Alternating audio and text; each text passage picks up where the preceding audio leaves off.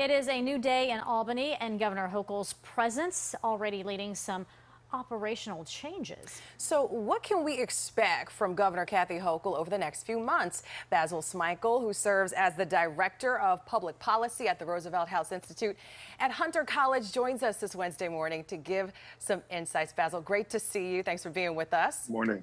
Good morning. Good morning.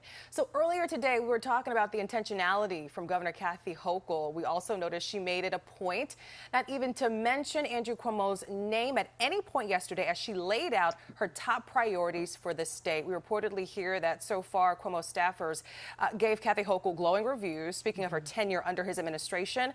But how do you think staffers in Albany are going to respond to her leadership style? Well, they'll probably recognize it as a stark difference from Andrew Cuomo's style. One of the phrases that she used yesterday was a new relationship with the state. And that really struck me because what that suggests is that whether it's staffers, whether it's elected officials, community leaders, and even the media, quite frankly, that she will have a more open door policy. She will try to build relationships where some believe that Andrew Cuomo was not that interested in building relationships. And so you really heard language that focused on a culture change in Albany. And I think, again, if you're in the business of trying to get policy done, this is welcome news. Absolutely. And speaking of relationships, Governor Hochul is looking to smooth over the contentious relationship that existed with Mayor de Blasio and her predecessor.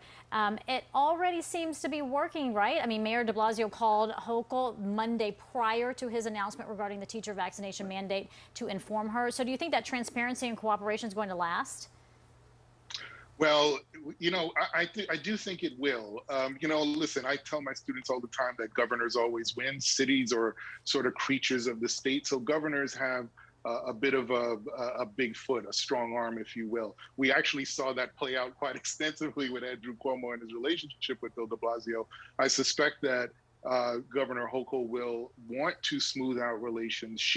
They need each other right now. Mm-hmm. The mayor needs the governor to be able to sort of go out in his last few months looking like he's stronger and more in charge than he did in the last few years.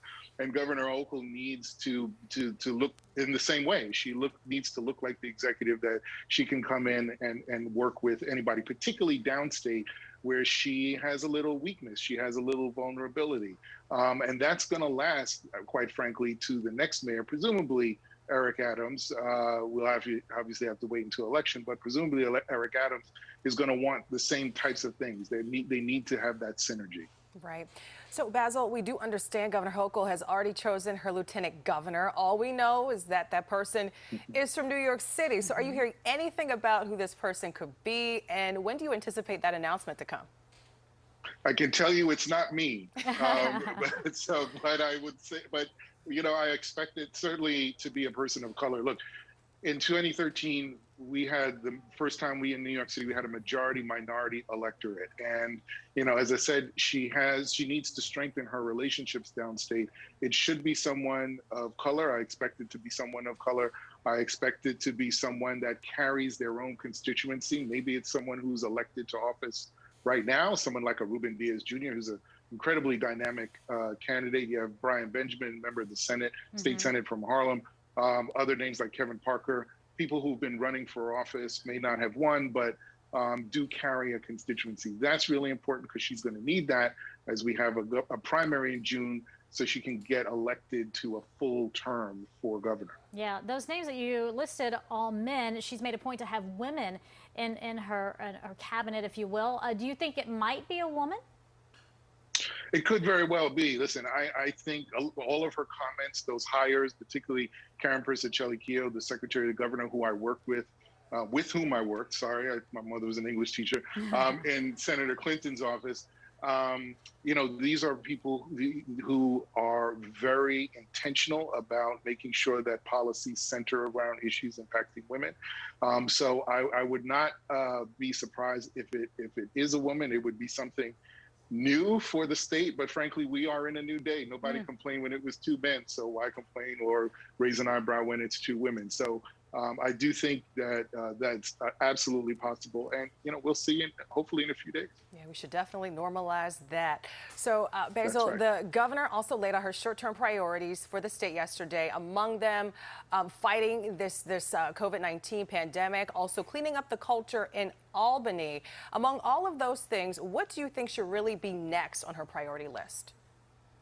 Well, you got to get us out of this pandemic. And because students are going back to school, you mentioned that I'm at Hunter. Today is my first day of class here. So you have students going back to school from K through college. And making sure that we're in a safe and secure environment. The students are safe, the instructors and teachers are safe. We can't get our economy back if we can't start to get back to normal. And with the Pfizer vaccine now, a full approval by the FDA, you have mandates, vaccination mandates, mask mandates that are going to start to be implemented. She's got to focus on that. And when we talk about the relationship with the mayor, that is key to that relationship with the mayor. Absolutely. Basil, first day of class, looking sharp. You always wear a tie to class? I may take the tie off, but I'll keep the jacket on. Well, enjoy your great. first day. Thank you for joining us and spending a little time with us. You got it. Thank you. Absolutely.